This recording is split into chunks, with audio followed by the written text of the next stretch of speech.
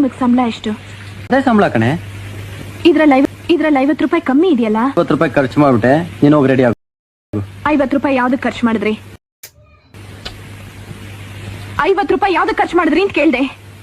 ಹೇಳಲೇಬೇಕಾ? ಅದಕ್ಕೆ 2 ಸತಿ ಕೇಳಿದ್ದು.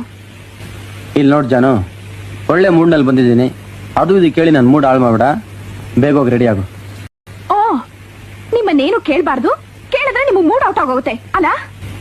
ಕೇಳೋದನ್ನ ಸರಿಯಾಗಿ ಕೇಳಬೇಕು. 50 ರೂಪಾಯಿ ಖರ್ಚು ಮಾಡಿದೀನಿ ಅಂದ್ರೆ ಸುಮ್ಮನೆ ಇರೋದು ಬಿಟ್ಟು ಏನಾಯ್ತು ಏನಾಯ್ತು ಅಂತ 100 ಸತಿ ಕೇಳ್ತಾ ಇದೆಯಲ್ಲ. 100 ಸತಿ ಕೇಳೋವರೆಗೂ ನೀವ್ಯಾಕೆ ಬಾಯಿ ಮುಚ್ಕೊಂಡಿರ್ಬೇಕು? ಸಂಬಳನ್ ಹಾಗೆ ತಂದ್ಕೊಟ್ಟು ಖರ್ಚಿಗೆ ಬೇಕು ಅಂತ ಕೇಳಿ ತಗೊಳ್ಳೋದು ತಾನೆ. ನಾನು ಗಂಡ್ಸು, ಸಂಪಾದನೆ ಮಾಡೋನು ನಾನು, ಖರ್ಚು ಮಾಡೋ ಅಧಿಕಾರನೂ ನನಗಿದೆ. ಇದನ್ನೆಲ್ಲ ನಿನ್ನ ಹತ್ರ ಹೇಳೋ ಅವಶ್ಯಕತೆ ನನಗಿಲ್ಲ.